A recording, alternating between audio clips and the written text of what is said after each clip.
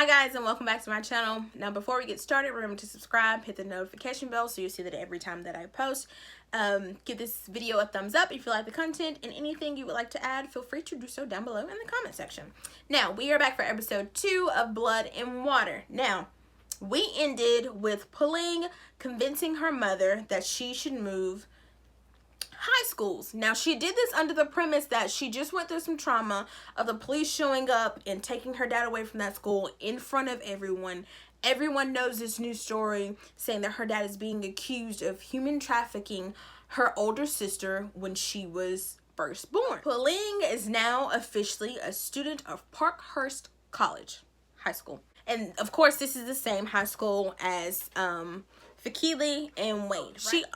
She also decides that she is going to enroll under her mother's maiden name, Vezi, instead of enrolling under Kumolo, which is her dad's last name, because she doesn't want the attention from all of that's going on to be on her as soon as she steps foot into this new high school. Now her first day of school, like I know we've seen in episode 1, like she was having a hard time like getting her mind together and focusing, but she almost got ran over by a car. I was like, you ain't even made it in the school yet, and you about to be out here laid out on the pavement dead, girl. Get your life together, get your life. Now Parkhurst College is what we would consider here like a private school or like a charter school. Everybody wears a uniform. I have yet to figure out, some students wear like a maroon blazer and others wear blue, and I don't know what the difference is yet. I don't know if that's like an athlete, non-athlete, or if it's by grade. I really don't know. But Puleng meets Wendy, and Wendy is going to give her tour of the school that morning before, you know, everything starts. She's going to give her, you know, the ins and outs of how things work around there. Wendy is also the head of the school magazine, which is like the school newspaper. So she's in charge of, you know, all the editing and all of that. Good thing for Puleng, at least this class that we're seeing her in, I don't know if this is her first class, but at least Wade is in this class, so she's not completely alone. She does know someone in her first class, right? Now hopping over to Fikile walks into her class, not the same class as Puleng, but she walks into her class. She's late. She's saying that her swim coach had her stay back for a minute, wanted to talk to her probably about, you know, how she's doing in her swimming and progressing. And Wendy is sitting at the front of the class giving the teacher a run for her money. She was like, we are in Africa. I understand about the Holocaust. She was like, but we do have our own tragedies here in Africa. Let's discuss that history as well. And I was like, oh, that's a good point. So, during this time, Chris is sitting behind Fikile, and he's like, why doesn't the coach talk to me? Like, Chris obviously has the same aspirations and dreams as Fikile does, and he wants to, you know, be an Olympic swimmer as well. He's like, you know, I work just as hard. And like Fikile is like, you know, just calm down, it's okay. Like, things will come to you. Now, during lunchtime, we see that Zama is avoiding talking to Puleng because Puleng just upped and moved schools. So she's really upset with her, and Puleng is keeps reaching out to her like, hey, how are you? Hey, talk to me. But Zama's not having it right now. Puleng is trying to do her best on making her way over to Fikile and, you know, infiltrate her little group or whatever, but she's actually cut off by Wade, and she tells Wade, she's like, can I like talk to you later? Like, I'm trying to do something. And you can immediately tell, which we could also already tell in the first episode, that Wade likes Puleng. Puleng follows Fikile into the pool, like where they swim and stuff, but she's cut off by their swim coach, and he's like, well, what are you doing in here? So she makes up this lie that, you know, which she can get by with this, you know, it's her first day. She's like, oh, I got lost, I'm sorry. So, you know, once again, she can't get to Fikile like she wants to, and she has to leave. Puleng, being the sneaky little thing that she is, she tells Wendy that she wants to join the magazine with her, right? And so she tells her she wants to join the magazine, and then we find out that Wendy does not like Fikile at all. Like, she does not see it for her. And so Wendy is supposed to be doing this interview excuse me, she's supposed to be doing this interview for Fikile for they're doing like this head girl position, which I'm assuming would be like student body president. So she's like, oh, I really, she's just talking really bad about Fikile, and Weddy's like, are you sure that you should be the one to do the article, since you're kind of biased and you don't like her? And so immediately Puleng speaks up and she's like, oh, I can do it. And so at first Wendy's like, you just got here, like, I don't even know what you can do. But Puleng persuades her. She's like, I'll send you some stuff so you see my writing and I'll do the interview. That day at family dinner that night, Sia is telling Puleng, all the rumors that the kids are saying at school about, their dad. And Puleng is telling me, they're just stupid kids, don't listen to them, yada, yada, yada. Remember, Puleng needs $2,500, right, for this DNA test? Okay, well, she tries to get money out of her mom by telling her mom that she joined the school magazine and that she needs money for software in order to do their writing and stuff. And her mom's like, I don't have... She didn't tell her how much. She just said she needed money. And her mom's like, well, I can't really just be giving you out money right now. Your dad's locked up. I'm taking care of the bills by myself. I'm still trying to figure out how to pay for your schooling because you are at a private school. Like, no. If they want you to write a story, the software better be free. So she shut down right then and there, right? Well, while they're having this conversation, Sia is in the kitchen on the phone talking to his dad, and he comes in running. He's like, oh, it's dad, it's dad. And immediately Mama Bear is like, give me the phone. I was like, okay, girl. She didn't even put it to her ear, say, hello, how you doing? She said, click. I was like, what the okay, all right, girl. I was like, you mad, aren't you? You are mad. So later on, Puleng has not given up, right? So while her mom is in the shower, she sneaks in her room and she takes her credit card and she takes her phone.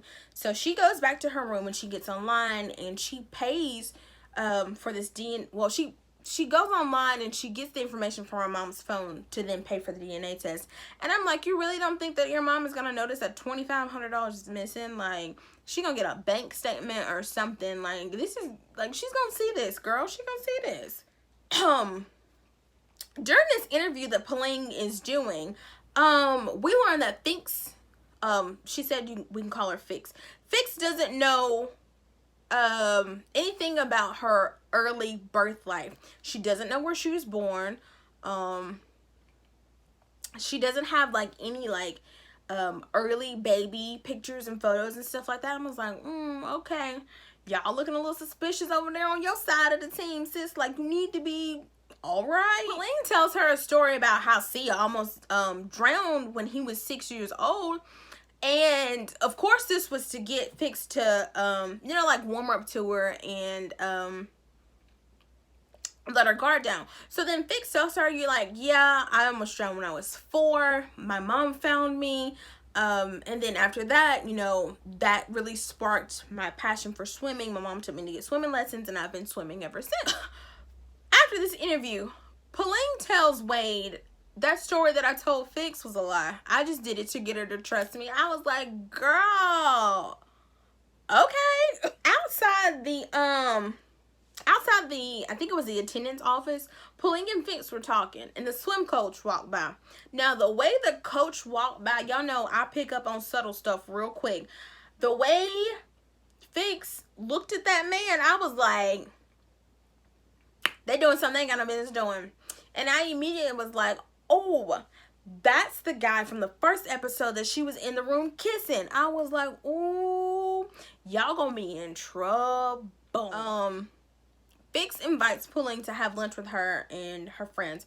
So Fix takes Puleng out and she introduces her to everybody. You've got Reese, you've got Chris, who we've already met, and you've got KB. KB is smitten from the get with Puleng. I was like, okay, he like her, he look cute. And Reese's little attitude is nasty, so I don't really see it for her like that. Leave her where she at. Now, Chris does tell Puleng, he was like, Zama is upset with you right now. And she was like, oh, I didn't know y'all were still talking. He was like, yeah, we're still, just hanging out and getting to know each other or whatever. After Puleng passes the test, meeting all the friends and, they warm up to her, Fix invites Puleng to a party later on that night at KB's house. And she's like, okay.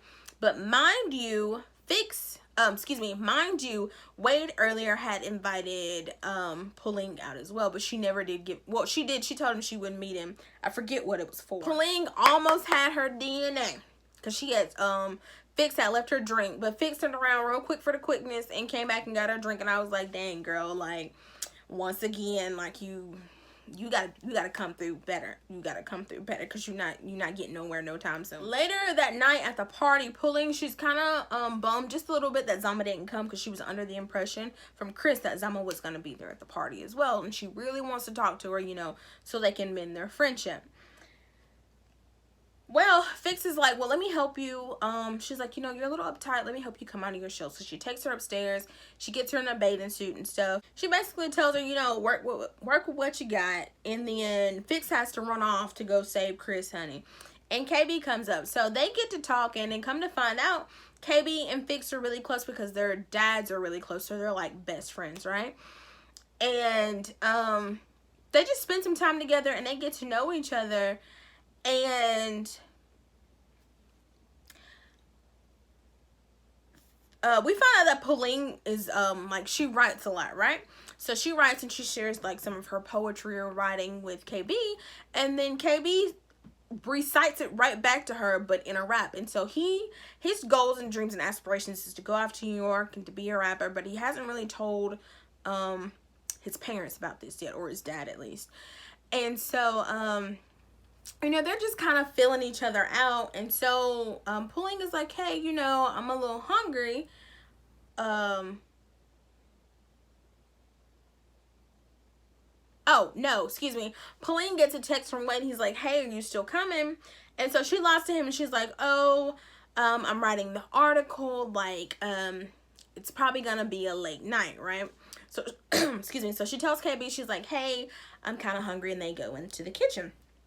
When they go into the kitchen, KB's dad was there, and I was like, oh, you about to be in trouble. But he was real chill, real cool, and he gave me exactly what I thought he was going to give me, or like what I have liked him for to give me. He gave me your typical older adult who's like, back in my day, my music was great, and right now y'all's music of this new generation is garbage. But he was like, you know, I like jazz, and I like blues, and I like the musical. And he didn't say musicals. I like musicals. But you know, just like classical music. And I was like, you know, I low-key agree with you, because, you know, some of this stuff is trash, but like, you know, it is what it is. And so Puleng basically wins KB's dad over, and KB's dad's telling him like, don't mess this up, because she's a good one, she's a keeper.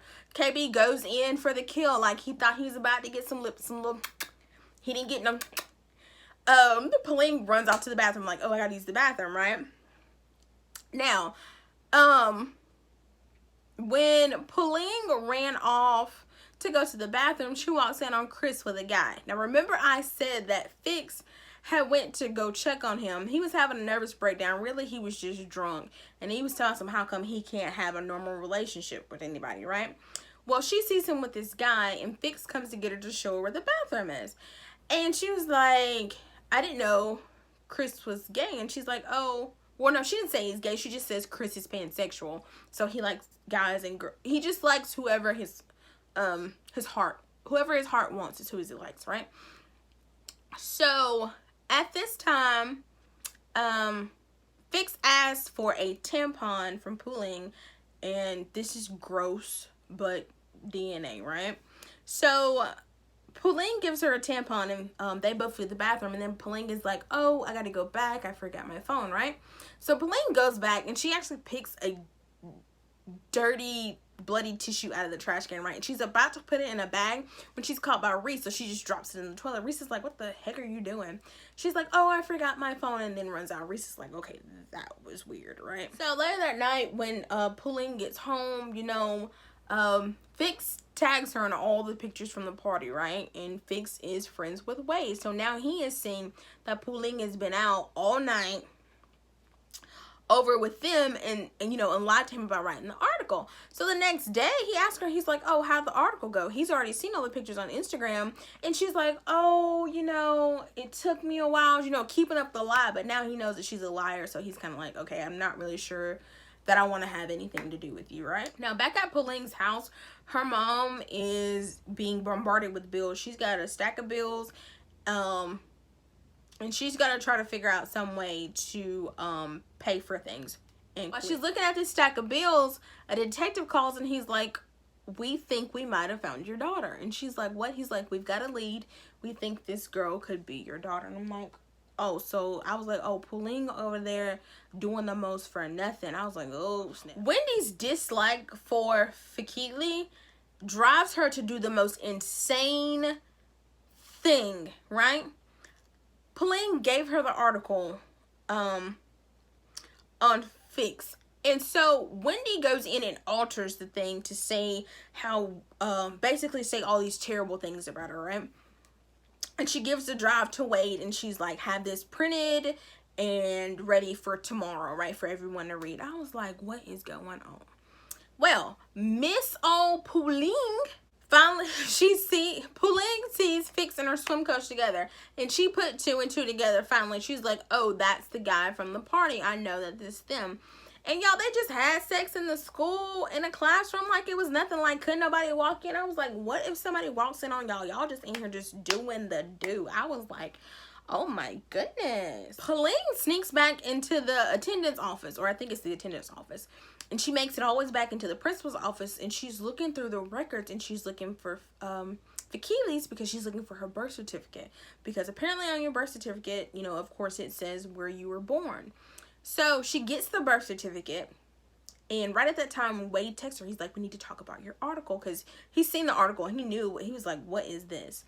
So when she turns around, Wade is there. Wade is like, what are you doing? So she tries to hide the birth certificate, but he takes it from her.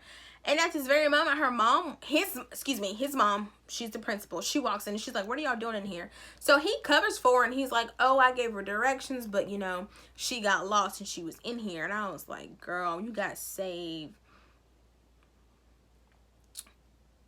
by the skin of your teeth. And I was like, I can't believe he lied for you, because he's upset with you.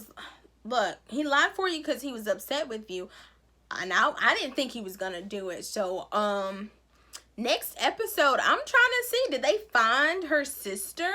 And she's over there doing the most for nothing in people's files and stuff. And now Wade looking at her sideways. Not only were you lying, but 2, he caught you in his mama's stuff, or at least in the school's files. So I mean, but I will see y'all in the next one. Bye.